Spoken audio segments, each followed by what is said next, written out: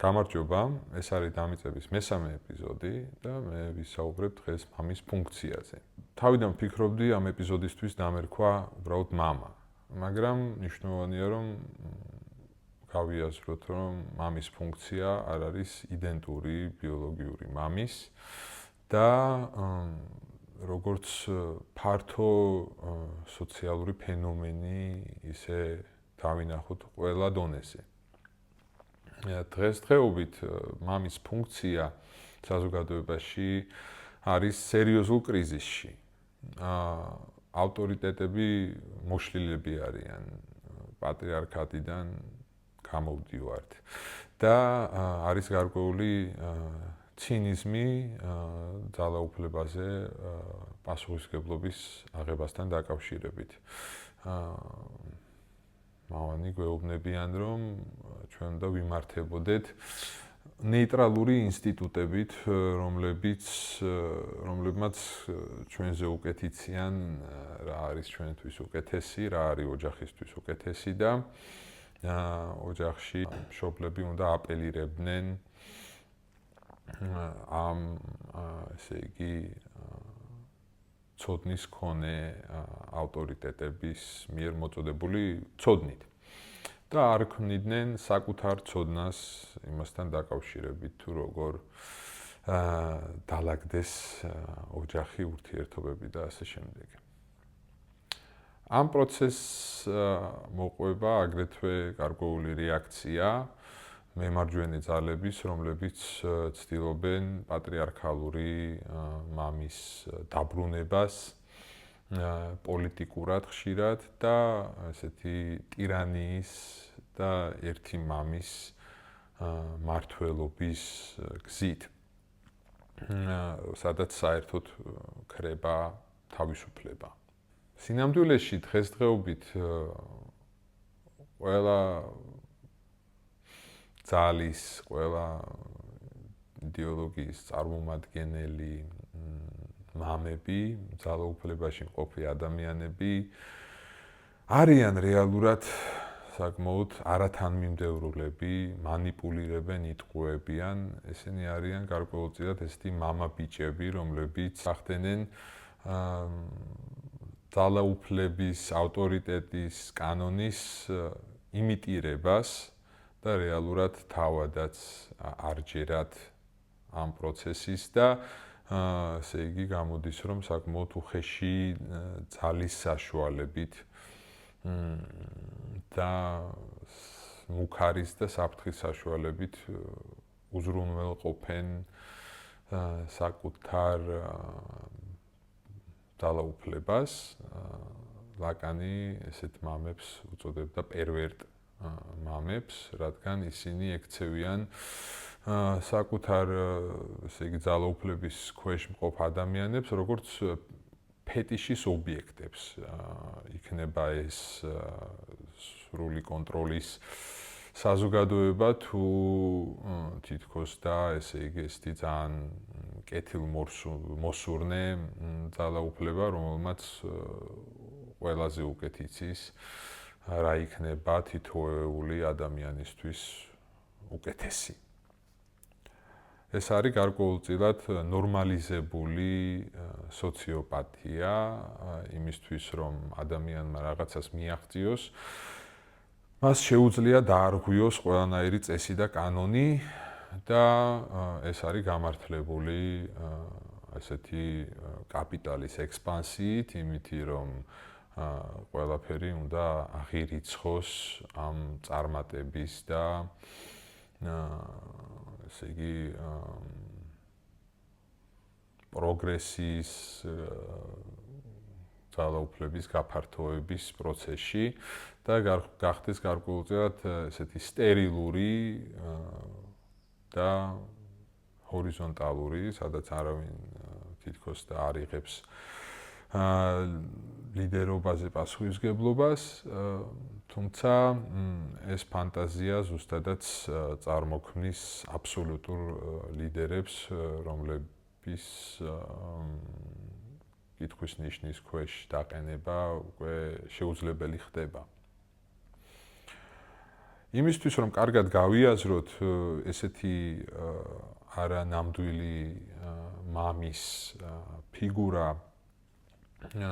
ამისთვის გვჭირდება ისევ და ისევ მივმართოთ ჟაკ ლაკანის ფსიქოანალიტიკურ თეორიას. ჟაკ ლაკანისთვის მამის ფუნქცია, რეალური მამის ფუნქცია არის სიმბოლური და მე ამაზე ცოტა ხანში ვისაუბრებ. ჯერ უნდა ვისაუბრო წარმოსახვით მამაზე, ფანტაზმატურ მამაზე და ეს იდეალური წარმოსახვითი აბსოლუტური მამა შემოდის რეალურად ბავშვის ცხოვრებაში უკვე პირველი თვეების დროს, როდესაც ბავშვი გადის პროცესს, რომელსაც ლაკანი უწოდებდა სარკის სტადიას. ამ სარკის სტადიის დროს ბავშვი არა მხოლოდ საკუთარ ანარეკლს და გამოსახულებას ხედავს, არამედ გარკვეული დასრულის მზერიდან და პირიდან მას ეძლევა სახელი ამ გამოსახულებაში და ეს სახელი და გამოსახულება ერთად წარმოქმნიან რაღაც ესეთ იდეალურ ხატს, რომელთანაც ბავშვი ახდენს იდენტიფიკაციას.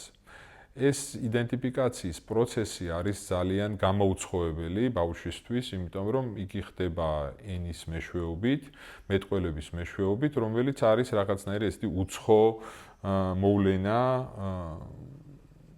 ესე იგი, ცოცხალი ორგანიზმის ცხოვრებაში და ამ დროს ესე იგი ხდება ის, რომ ერთის მხრივ ბავშვი ხდება ესეთ სარკეში საკუთარი თავის იდეალური გამოსახულების ძევალი და მეორეს მხრივ უყვარდება იგი ნარცისულად.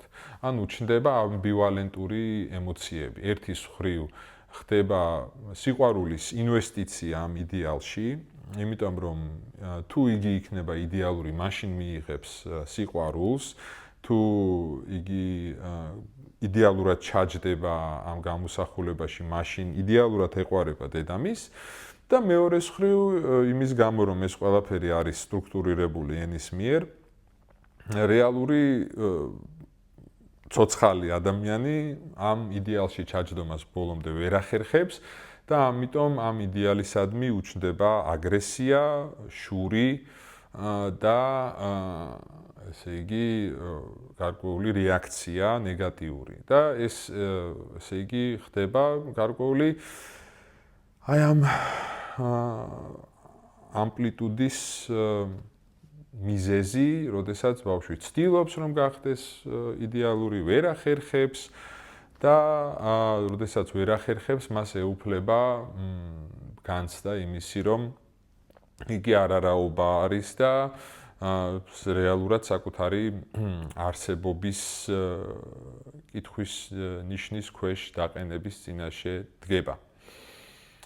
ესეთი იდეალური მამა ამ გამოსახულებიდან, როგორც ბავშვის ანარეკლი ეუბნება, რომ შენ ან ჩემნაირი იქნები, ან არარაობა ხარ, ან ჩემნაირი ესე იგი თვისებები გექნება, ან უნდა საშინლად გრცხვენოდეს და შენი ესე იგი არსებობა საფრთხის ქვეშ დადგეს ფაქტიურად.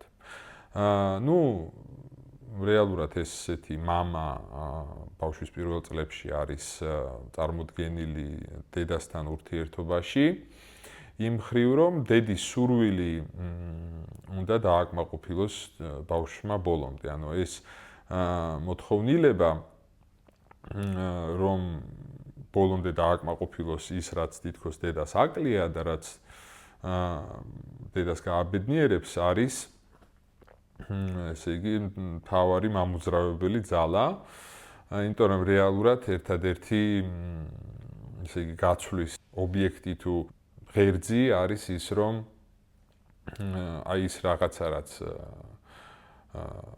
არ არის რაღაცა სიცარიელე, უნდა ამოვსებული იქნას ბოლომდე, მაგრამ ეს თუ რა უნდა დედას, რა თქმა უნდა, ენიგმატურია, გაუგებარია და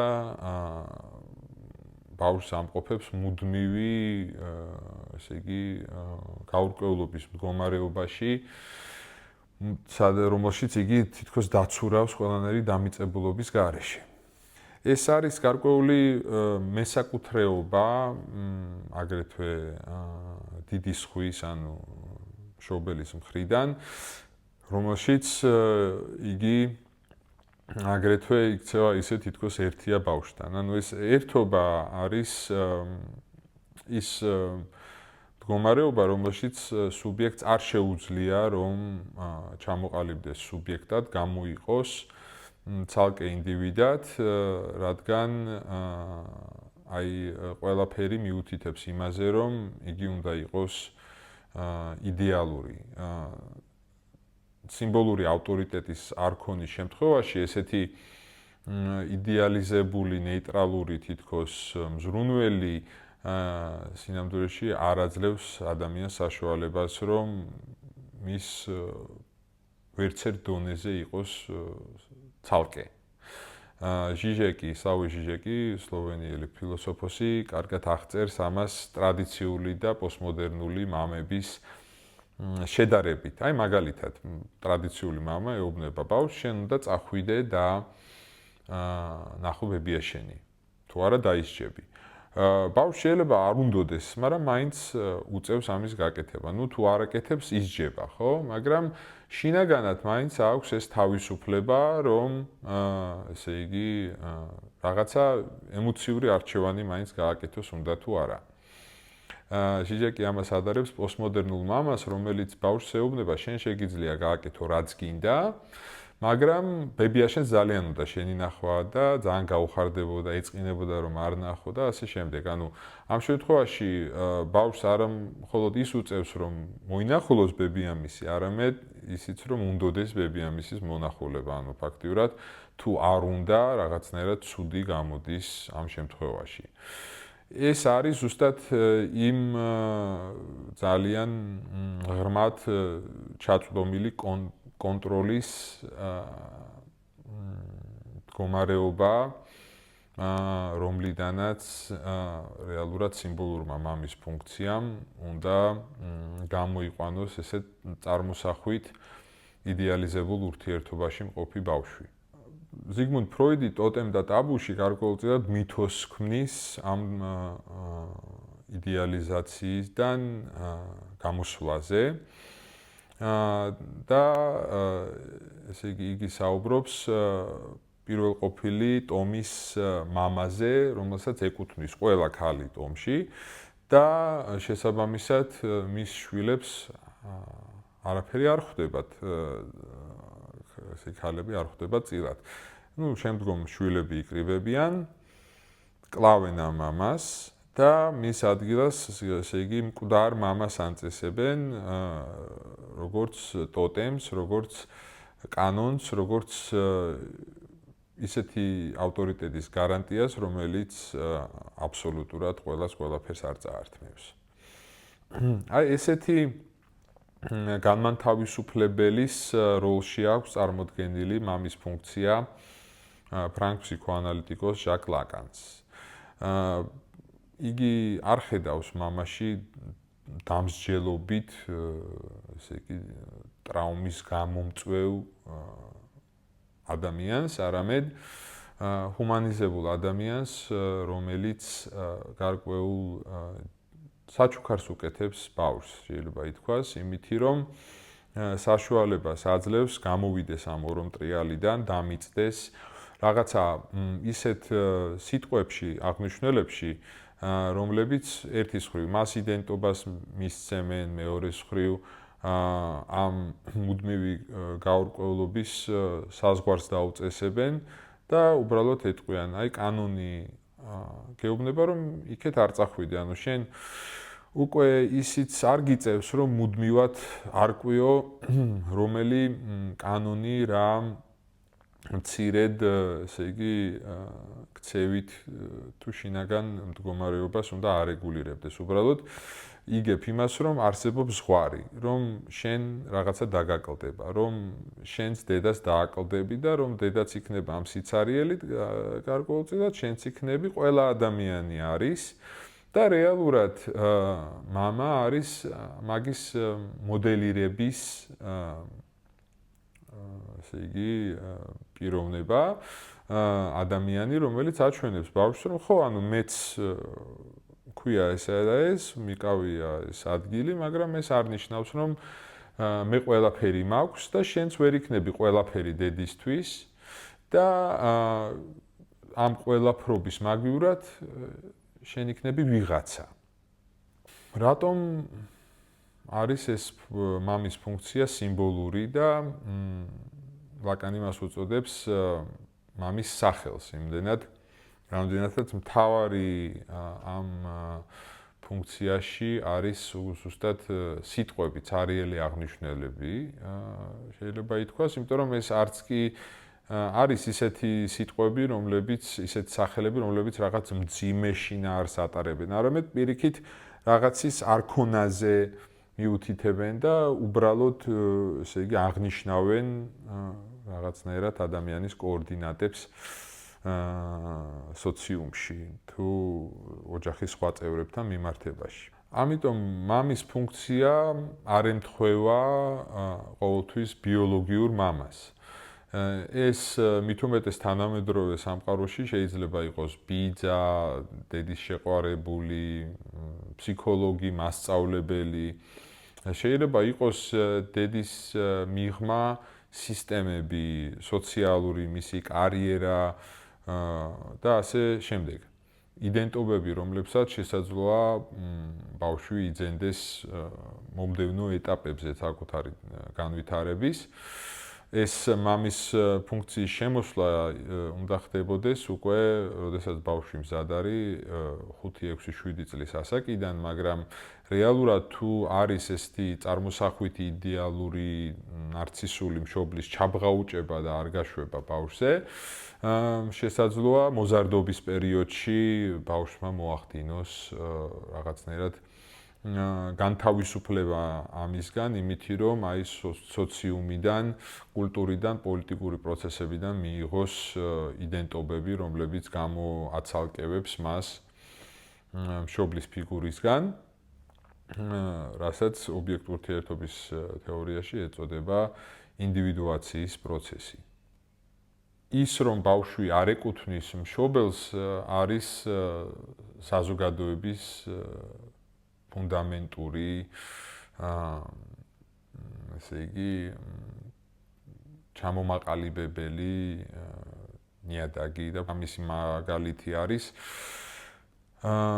მონოთეისტური რელიგიის დამაფუძნებელი მითოსი, სადაც ა ブラ ამი უთმობს ღმერთს საკუთარ შვილს ისააკს და მზად არის ესე იგი ამ სიმბოლური წესრიგისთვის მსხვერპლად შეწიროს საკუთარი შვილი.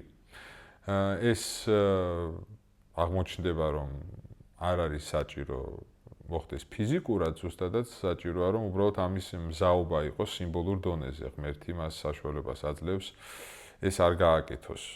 მაგრამ თავარი აქ არის ის, რომ ხდება აი ამ რაღაცნაირად მიჯაჭვულობის დათმობა და ამის საფუძველზე ამ სიმბოლური ურთიერთობის გზით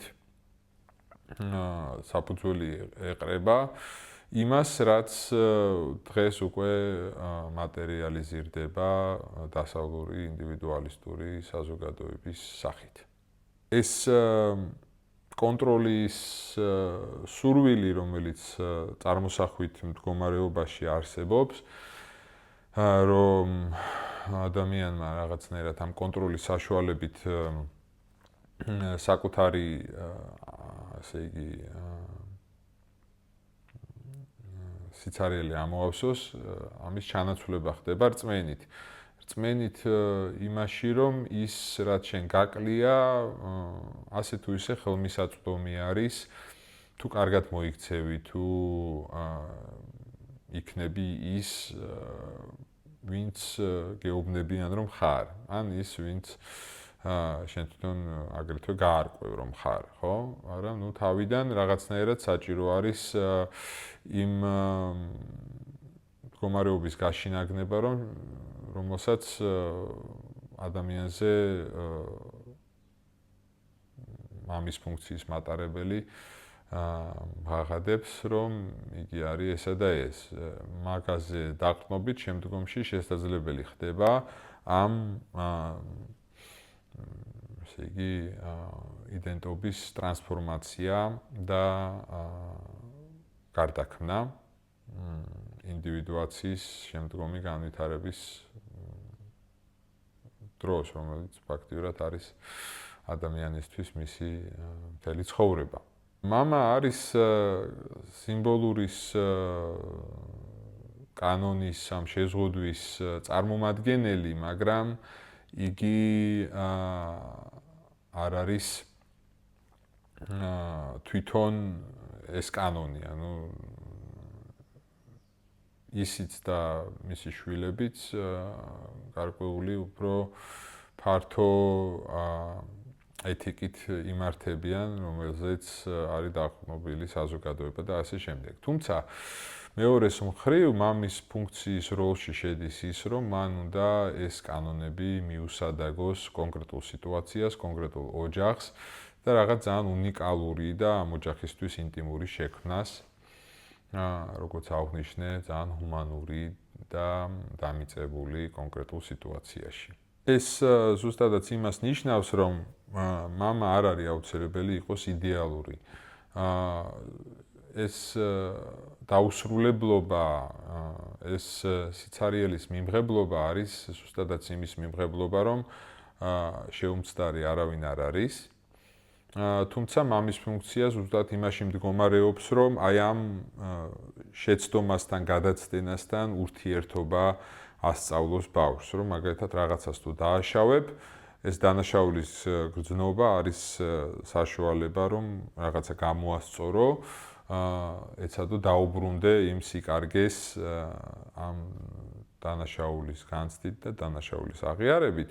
თუმცა ეს იდეალური დაბრუნება რაღაც ამ პირვანდელ მდგომარეობაშიც არის შეუძლებელი და ზუსტად მაგას ასწავლის ადამიანს ესეთი შეზღუდვა, რომ ეს დაუსრულებლობა შეუსებელია და რეალურად ჩვენ არასრულყოფილებას შესაძლოა მხოლოდ ერთი რაღაცის დამატებით გავუმკლავდეთ, რაც არის სიყვარული, ანუ პატიება, მიტევება, თუმცა აგრეთვე მამის ფუნქცია საუბრობს იმაზე, რომ ეს სიყვარული ამავდროულად შეუძლებელია პასუხისმგებლობის გარეშე და იმის მიღებლობის გარეშე, რომ ესე იგი შენ არავის ესე არ ფლობ, შენ არ გფლობენ, არამედ არის გარკვეული მიმღებლობა, პირობო. კარლ როჯერსი საუბრობს უპირობო დადებით მიმღებლობაზე, რომელიც გულისხმობს იმას, რომ მიუხედავად იმისა, რომ ბავშვმა ადამიანმა შეიძლება რაღაცა დააშავოს, მას მუდმივად რჩება ფასეულობის, საკუთარი თავის ფასეულობის განცდა. შეიძლება ითქვას, რომ თანამედროვე საზოგადოებაში იმის გამო, რომ მამის ფუნქცია მოშლილი არის, ძალიან მარტივი არის, რომ ადამიანებმა თავი უცებ ძალიან გაუფასურებულად იგრძნონ და დანაშაულის განცდის მაგივრად დომინირებს სირცხვილის განცდა, რომელიც ეგრევე მიუთითებს ადამიანს იმაზე, რომ არის უარგისი და გადასაგდები და ასე შემდეგ. ეს არის, რა თქმა უნდა, ამ დაუმიწებლობის ფასი, რომელსაც ვიხდით და ეს არ არის აუცილებელი ფასი ჩვენი თავისუფლებისთვის. მე ვიტყოდი, რომ თავისუფლება მდგომარეობს ზუსტად იმაში, რომ ადამიანებს ჰქონდეთ საშუალება გამოერკვნენ ერთმანეთში იმ თვალსაზრისით, თუ როგორ შეიძლება დააფასონ ერთმანეთი და მიიღონ ერთმანეთი არასრულ ფასოვნების მიუხედავად. და ესე იგი პოსტ-პატრიარქალურ საზოგადოებაში ფაქტიურად ეს ჯერ არ არის გარკვეული.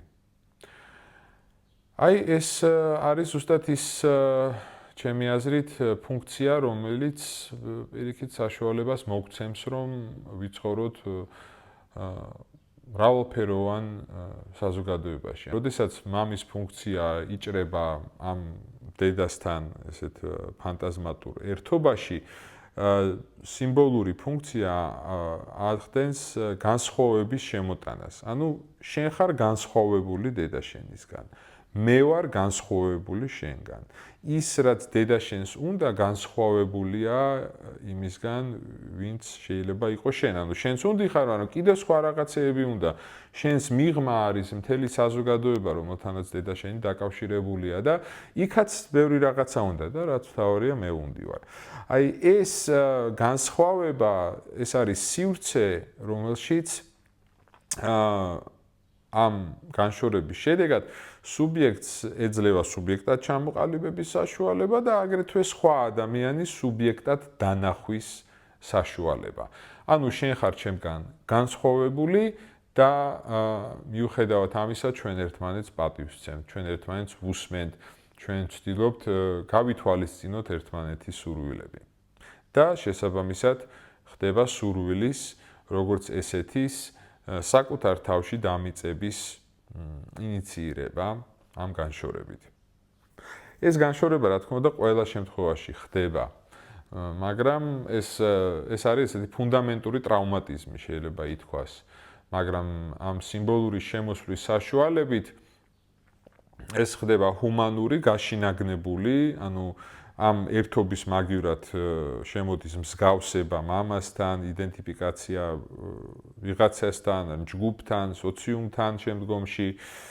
თუ ეს პროცესი არის მოშლილი, მაშინ ბავშვი, ადამიანი განდევნის ნებისმიერ მოვლენას, რომელიც შეიძლება აშორებდეს მას ამ დიდი სხვისგან, დედისგან და შემდგომ ეს მესამე აღიქმება როგორც რაღაცა მონსტრი, რომელიც მზად არის შემოიჭრას, ესე იგი, მის სამყაროში და ყველაფერი ნაკუწებად აქციოს. მეორეს მხრივ ის დიდი სხვა, რომელთანაც ადამიანი ცდილობს სამუდამოდ დარჩეს ერთად, ისიც განიცდება როგორც მუდმივად მისი შთანთქმელი და ლაკანი ამას ეძახდა ნიანგ დედას, რომელიც ესე იგი ნებისმიერ მომენტში მზად არის შთანთქას ადამიანს. ზუსტადაც ყველაზე მთავარია იმ შემთხვევაში, თუ იგი აკმაყოფილებს მის მოთხოვნილებებს, მაშინ ეს დედის სიცარიელე და ბავშვი როგორც ობიექტი თითქოს და იდეალურად ერწყმიან ერთმანეთს, მაგრამ ამასობაში ბავშვი როგორც ცალკე მყოფი ორგანიზმი ქრება, ანუ იხსნება მთლიანად სხვაში და ეს არ აღიქმება სასიამოვნოდ, იმიტომ რომ ეს არის რაღაცა თვით ანიჰილაციის პროცესი, სადაც განცდები არ არის სტრუქტურირებული, არ არის საკუთარი თავის და გარეს სამყაროს გამოყოფის ფუნქცია, საშუალება და შესაბამისად არის ესეთი წარმოსახვითი ნაკადი გამოცდილების, რომელიც ესე იგი მუდმივად ეჯახება ადამიანს და ეს არის ზუსტად ესეთი ფსიქოზური მდგომარეობა, რომელიც მამის ფუნქციის მორღვევის შედეგად ჩნდება. როგორც აღვნიშნე, მამა არ არის იდეალური, პირიქით რაღაც ამ არაიდეალურობის შემოტანას ახდენს ადამიანის ცხოვრებაში და აქ ესე იგი მნიშვნელოვანი ფაქტორი იმაში შედგება თუ არა მამის ფუნქცია არის ის თუ მამა იღებს პასუხისმგებლობას საკუთარ როლზე ბავშვის ცხოვრებაში. იგი სწორად ფუნქციონირების შემთხვევაში უნდა აღნიშნავდეს, რომ მიუხედავად იმისა, რომ იგი არის რაღაცის წამრთმევი, თვითონ არ გაქრება, თვითონ როგორც მინიმუმ სიმბოლური სახით დარჩება დანაპირების სახით მის ცხოვრებაში და რაღაცა პასუხისმგებლობას ვალს იღებს საკუთარ თავზე იმითი, რომ ესე იგი ამ როლს თამაშობს ბავშვის ცხოვრებაში. ეს მოვლენა განშორების, როგორც თქვი, არის ის, სადაც ტრავმაც შემოდის, სიყვარულიც შემოდის, მიმღებლობაც შემოდის. რაც ხდება შემდგომ მნიშვნელოვანი არის უკვე არა ამოვსება ამ ციცარიელის და გაქრობა მთლიანად ამ ტრავმის, არამედ გაადამიანურება ამ პროცესის, გაადამიანურება იმითი, რომ აი ამ მოვლენის ერთგული დარჩეს ადამიანი, ვინც ამის ფასილიტაციას ახდენს ბავშვის ცხოვრებაში. მინდა დავასრულო ალან ბადიუს თეორიაზე საუბრით. იგი ამბობს, რომ სიყვარული არის,